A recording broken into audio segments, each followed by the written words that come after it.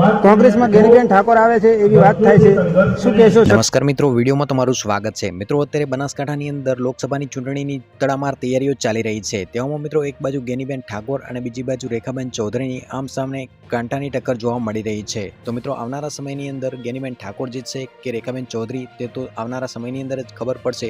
પરંતુ મિત્રો, અત્યારે રેખાબેન ચૌધરીનો એક વિડીયો વાયરલ થઈ રહ્યો છે, જેની અંદર રેખાબેન ચૌધરી ગેનીબેન વિશે કંઈક બોલી રહ્યા છે।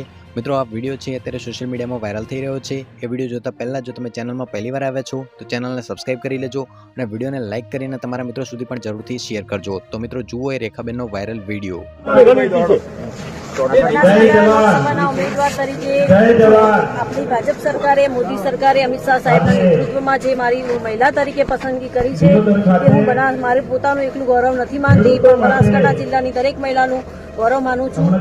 કોંગ્રેસમાં ગેનીબેન ઠાકોર આવે છે એવી વાત થાય છે, શું કહેશો? સક્ષમ ઉમેદવાર છે બનાસકાંઠાની પ્રજાઓમાં ઉપર મને પૂરો વિશ્વાસ છે કે બહુ સારી લીડથી જીતીને મોદી સાહેબના ચરણોમાં બનાસકાંઠા વતી એક કમર જરૂરથી મારા દાદા શ્રી ગલબાભાઈ નાનજીભાઈ પટેલ બનાસકાંઠાના અધ્યક્ષ વ્યાપક જે સેવાના સંકલ્પ સાથે લોકોની સેવા કરી છે એ જ રીતે હું પણ કરીશ અને ભારતીય જનતા પાર્ટીએ અમને એક શ્રદ્ધાંજલિ આપી છે મારા વતી, એવું હું માનું છું।